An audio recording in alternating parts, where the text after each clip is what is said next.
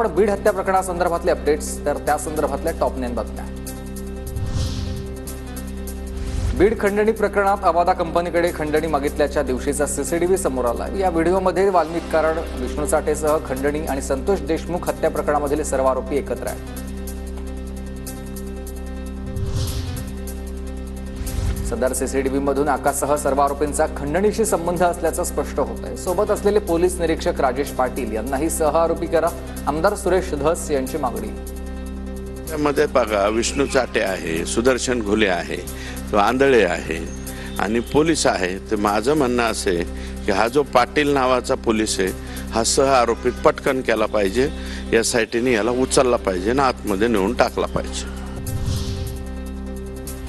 आजचा सीसीटीव्ही धक्कादायक आणि चीड आणणार आहे। खंडणी आणि हत्येमधील आरोपी एकच आहे। कट रचणाऱ्यालाच मुख्य आरोपी करा, जरांगींचं वक्तव्य। तर खूपच धक्कादायक आहे की जर तुम्ही एका जागेवरती बसून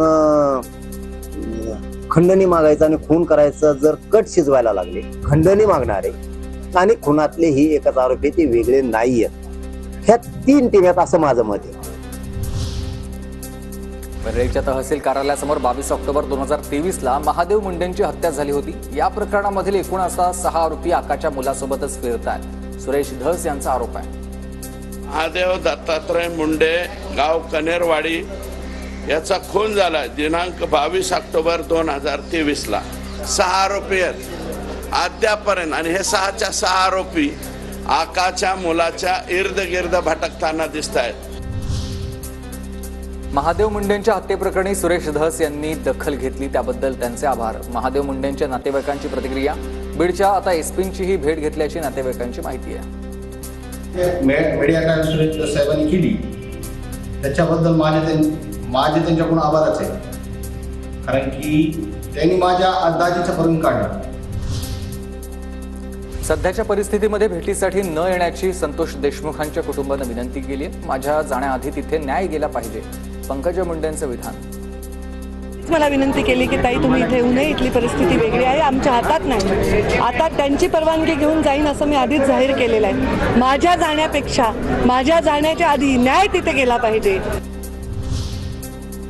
वाल्मिक कराड एक प्रकरणामध्ये माजी नगरसेवक दत्ता खाडे यांची सीआयडी चौकशी। पुण्यामधील मालमत्ता व्यवहारामध्ये खाडेंनी मध्यस्थी केल्याचा आरोप आहे। दत्ता खाडेंनी मात्र हे आरोप फेटाळले।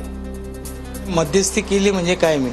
मला माहिती नाही त्यांनी तिथं कधी प्रॉपर्टी घेतली किंवा काय, काहीच माहीत नाही। माझा या प्रकरणाशी कुठलाही संबंध नाही। वाल्मिक कराडचा मुलगा सुशील कराडला दिलासा। सुशील कराड विरोधामध्ये सोलापूरमध्ये गुन्हा दाखल करता येणार नाहीये। सोलापूर जिल्हा सत्र न्यायालयाचे हे आदेश आहेत आणि या प्रकरणी बीडमध्ये दाद मागा याचिकाकर्त्याला सूचना केल्यात। ट्रेडिंग कंपनीच्या मॅनेजरला धमकी दिल्याचा सुशीलवर आरोप होता। मुख्यमंत्र्यांनी धनंजय मुंडेंचा राजीनामा घ्यावा, महाविकास आघाडी म्हणून मुंडेंच्या राजीनाम्याची आमची मागणी आहे, असंही नाना पटोले यांचं विधान।